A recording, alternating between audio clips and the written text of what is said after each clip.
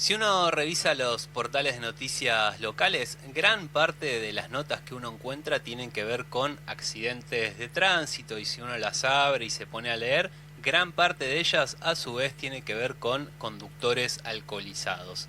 Es por eso que desde el Foro Popular de Salud de nuestra ciudad pidieron la pronta sanción del proyecto de ordenanza de tolerancia cero al volante a través de un comunicado breve pero conciso. Así que para ahondar un poco más en este tema estamos en comunicación ahora con uno de los integrantes del Foro Popular de Salud, el doctor Pablo Casella, amigo de la casa ya podríamos decir, porque a lo largo de la segunda ola del coronavirus nos ha ayudado a entender en qué momento de la pandemia estábamos. Hoy lo molestamos por otro tema. Pablo, buenas tardes, ¿cómo estás? Un gusto conversar nuevamente con vos. Hola, buenas tardes. No, el gusto es mío. Bueno, Pablo, voy a ir a lo que me parece que es lo más central de este debate por la aprobación o no de la ley de tolerancia cero de alcohol al volante. Actualmente tenemos un régimen de tolerancia que es de 0,5 gramos de alcohol por litro de sangre en automovilistas y de 0,2 para motociclistas. Con este nuevo proyecto lo que se pide es que no beban antes de conducir, tolerancia cero, ¿no? Así lo dice el mismo nombre.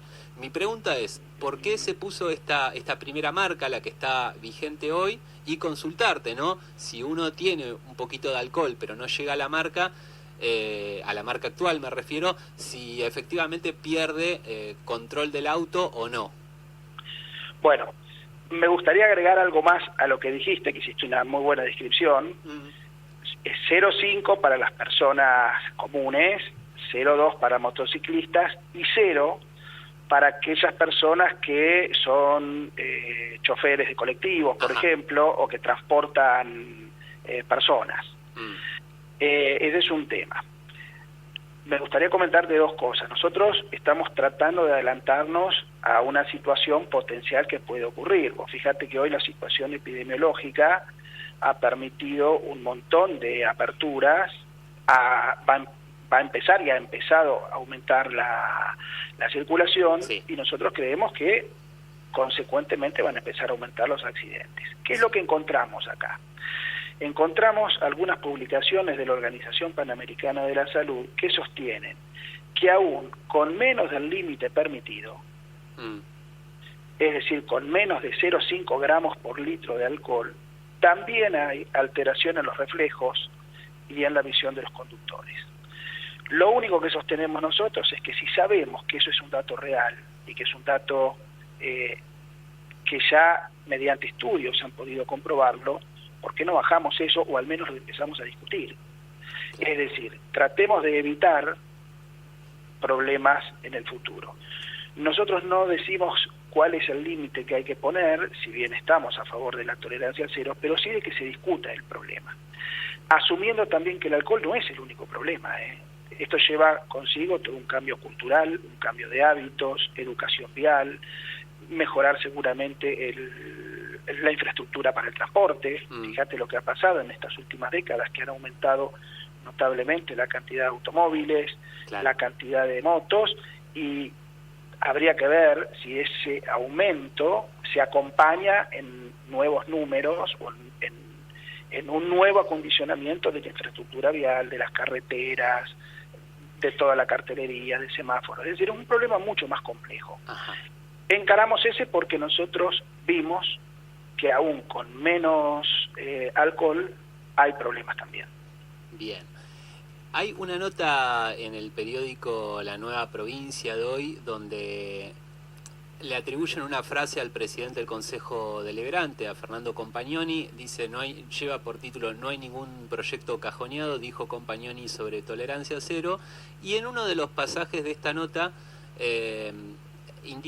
hablan de una fuente del oficialismo que no identifican y dicen que el punto que esgrimen quienes no están de acuerdo con este proyecto es que la estadística en la ciudad demuestra que los accidentes con alcoholemias positivas nunca se dieron con personas que contasen entre 0,01 y 0,49 gramos por litro, es decir, justo lo que decías vos, menos de 0,5. Entonces, esto puede ser una realidad en nuestra ciudad, pero no es una realidad que se derive justamente de los efectos que tiene el alcohol. Digamos, si no tuvimos todavía este tipo de accidentes, tiene que ver más con el azar, ¿verdad?, que con los efectos que pueda tener este consumo.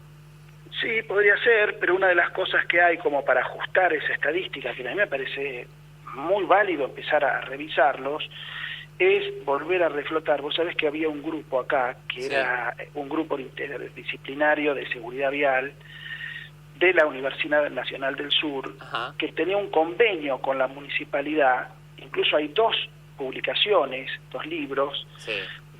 donde detallan todo el trabajo realizado, que cuentan en parte este tipo de cosas. Han hecho un estudio completo con becarios, Sí. sobre cuándo se daban los accidentes, qué días, a qué hora, en qué lugares de la ciudad. Eso se ha dado por finalizado ese convenio, y yo creo que sería una de las cosas a recuperar para poder tener esas estadísticas exactas y poder hablar por ahí con una herramienta sólida. Todo es discutible. Lo que queremos nosotros es que justamente se discuta en el Consejo Deliberante, y si efectivamente no está retrasada esa discusión, bueno, lo celebramos. Claro, sí, es bastante extraño lo que sucede con esta ordenanza, que en su momento la había presentado el mismo oficialismo de Juntos, que recordemos que tiene la capacidad de aprobar o bloquear la aprobación de cualquier ordenanza porque tienen el doble voto de la presidencia, y aún hoy todavía no ha sido aprobada. ¿Vos qué lectura haces de esta situación, Pablo? Bueno, la verdad es que no te sabría decir cuáles son los motivos por el cual una ordenanza se trata antes o después. Nosotros desde el foro no intervenimos en eso. Lo único que pedimos es la discusión del tema, ponerlo en agenda, tratarlo, y de esa forma poder evitar problemas futuros. Es tan simple como eso, Juaní, tan Bien. simple como eso. Bien. ¿Por qué se demora en salir o en debatir una ordenanza? La verdad es que no lo sabemos. Sí, sería bueno que esa respuesta, que claramente vos no la tenés, sea el presidente del bloque de Cambiemos, el presidente del Consejo la explique, porque es algo que queremos saber muchos bahienses, porque, y esto lo digo para redondear, ¿no?, la cuestión de tolerancia cero. Si esta ordenanza no sale es porque el oficialismo que responde al intendente Héctor Gay lo está frenando, porque, como decíamos, son 12 los votos que tiene el doble voto del presidente y lo puede sacar, como han hecho con tantas otras ordenanzas. Totalmente. Nosotros incluso ni siquiera decimos saquen esta ordenanza. Lo que le estamos pidiendo es, vamos a discutirlo. Claro. Hagan las modificaciones que tengan que hacer, argumenten lo que tengan que argumentar, pero pongámoslo como una prioridad. Bien, bien. Pablo, te cambio de tema. A lo largo de este año, como decía en la introducción, con vos hemos hablado de la cuestión de la pandemia, y hoy te quiero preguntar por la vacunación. Sabés que hoy comenzó en la provincia de Buenos Aires la inmunización contra la COVID-19 a chicos de entre 13 y 11 años. Te quiero pedir tu opinión como profesional sobre la conveniencia o necesidad de su inmunización o no. Digo, porque en algún momento se quiso instalar esto de que los chicos no se contagiaban, de que podían ir a la escuela y estaba todo bien. Obviamente esto no es así, hay casos de contagios en niños, también de internaciones, de muerte, pero en general pareciera ser que la juventud está un poco más protegida de esta enfermedad. ¿Qué concepto tenés vos en relación a la inmunización de este grupo etario de 13 a 11 que ha comenzado hoy?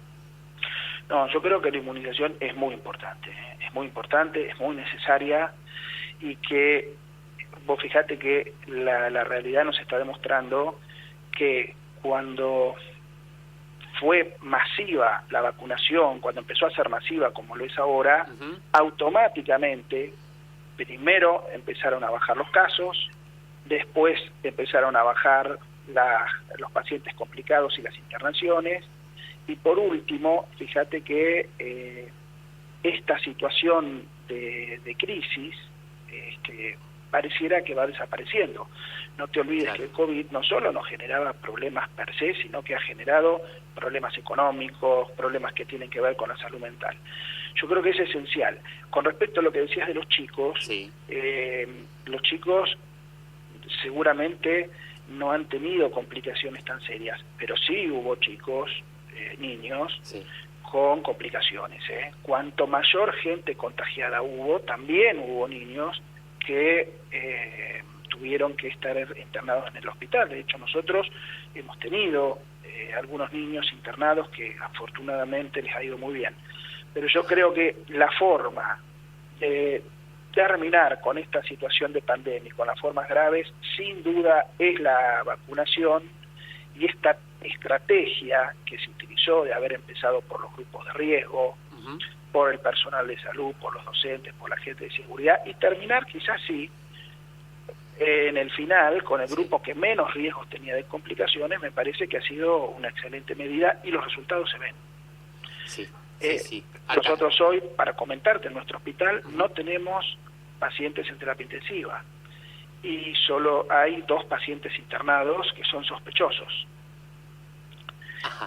Y nuestros pacientes que venían con seguimiento telefónico, es decir, aquellos que no tenían una sintomatología tan compleja y que podían ser asistidos telefónicamente, nunca bajaban de 200 o 220, hoy no llegamos a 10.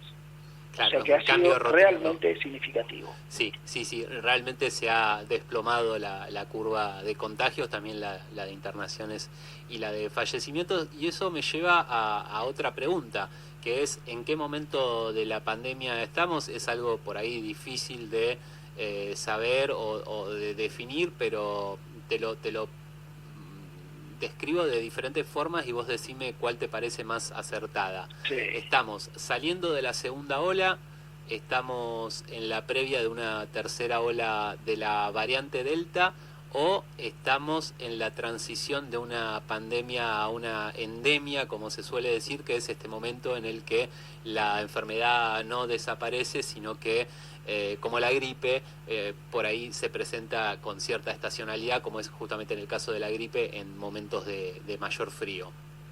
Bueno, mira, yo creo que estamos saliendo de una segunda ola previo al ingreso de la cepa Delta, pero con la población inmunizada es muy probable que no tengamos el problema que sí han tenido en otros países. Y posteriormente sí va a venir la etapa donde vamos a dar por finalizada la pandemia. Pero hoy creo que la cepa Delta va a terminar ingresando al país. El tema es que fue muy efectiva la medida para evitar su ingreso tan rápido, y eso dio tiempo a la vacunación masiva. Yo creo que nos va a tomar con ya inmunidad de rebaño, y quizás tengamos algún pequeño brote o quizás un moderado brote de casos que no colapsen los hospitales o que no generen formas graves.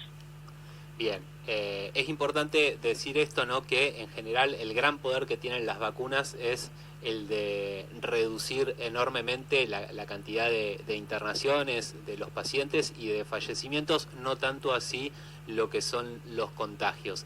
Sin embargo, me pareciera, vos corregime si me equivoco, Pablo, con el gran avance que hay de la vacunación en Argentina, no solo vamos a tener este beneficio de una menor cantidad de internaciones y de fallecidos, sino que entiendo que quizá los números de los contagios no van a ser tan altos como otras terceras olas que se han dado en otras partes del mundo. Vos sabés que te escuché muy mal, discúlpame, no alcancé a escuchar. Te repito, te decía, corregime si me equivoco, me da esta sensación de que no solo se van a reducir la cantidad de internados y fallecidos en una tercera ola gracias a la vacunación, sino que quizá en esta posible tercera ola que afrontemos en Argentina no vamos a ver este crecimiento tan alto de los contagios gracias a la campaña de vacunación que ha sido en términos porcentuales más completa que en otros países donde han tenido olas de Totalmente, Delta con sí, correcto. Sí, coincido plenamente con tu apreciación, sí. Y ¿Alguna vez te he pedido alguna proyección a futuro? Hace unos meses lo hiciste con bastante acierto para esta época, como era la época que se iba a derrumbar la curva de contagios. ¿Cuándo podríamos empezar a decirle chau a la pandemia? O te lo pregunto de otra forma, cuando venga el frío el año que viene, ¿qué situación pensás que vamos a tener? Que vamos a... Sí, decime. Yo creo que va a haber coronavirus, pero no vamos a tener esta situación acuciante, no, para nada. Y no... Quizás ya se empiece a transformar para ese momento en cuadros más parecidos a una gripe común. Ajá. Ojalá sea así. Ajá. Bien, por lo que no, en principio uno pensaría que quizá no sea necesario tomar restricciones de movilidad y comerciales como las que se han tomado en los años pasados. No, lo que yo creo que sí va a ocurrir es que algunos grupos de riesgo quizás se les dé una tercera dosis. Ajá. No lo puedo asegurar, pero escuché hoy a la ministra hablar sobre ese tema. Bien. Quizás eso sí ocurra. Bien.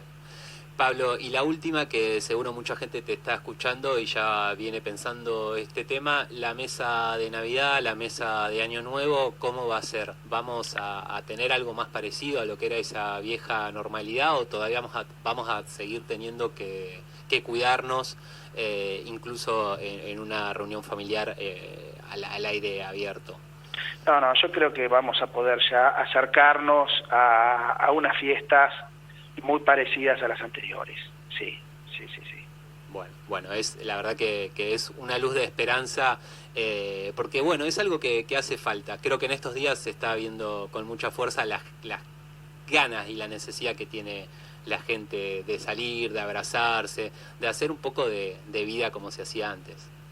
Sí, por eso es tan importante la vacunación, ¿eh? Yo creo que si todos estamos vacunados, eso es muy factible que pueda ser así, sin dudas. Bien. Pablo, muchísimas gracias por esta comunicación y volvemos a hablar en cualquier momento. Bárbaro, muchas gracias a vos, que tengas una buena tarde. Muy amable.